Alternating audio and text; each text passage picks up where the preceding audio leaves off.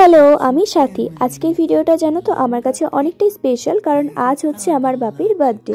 আর আজকে আমার কলেজে কিছু কাজ ছিল, তার জন্য বাড়ি ফিরতে আমার একটু লেট হয়ে যায়। আর এসে আমি ঝটপট করে ভিডিওটা স্টার্ট করি। দেন মাকে একটু হেল্প করতে বসে গেছি, যদিও মা চিকেনটা আগে থেকেই কমপ্লিট করে রেখেছিল। বাই দ্য ওয়ে, আজকের মেনুতে ছিল কিন্তু ফ্রাইড রাইস আর চিকেন। এরপর আমার দিদিরাও চলে আসে আর আমি হালকা একটু রেডি হব ভাবলাম। এর মধ্যে বাপিও চলে আসে দোকান থেকে।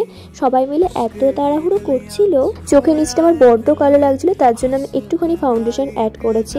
আর মুখটা একটু ড্রাই হয়ে গেছিল, তার জন্য একটু ফিক্সার আর দেন মাস্কারা অ্যাড করেছি। আর আমাদের বাড়িতে যখনই কোনো বার্থডে বা কোনো কিছুর জন্য কেক লাগে, সেগুলো বেশিরভাগটা আমি হোমমেড করিয়ে নিই। টেস্টগুলো বেশ ভালো হয়। এটাও আমি একটা দিদির কাছ থেকেই করিয়েছি, খুব সুন্দর করে দিয়েছে। যেমন ডিজাইন দেখিয়েছিলাম ঠিক তেমন করে দিয়েছে। তবে যাই বলো, বাড়ির সবাই মিলে একসাথে হওয়ার কিন্তু মজাটাই আলাদা।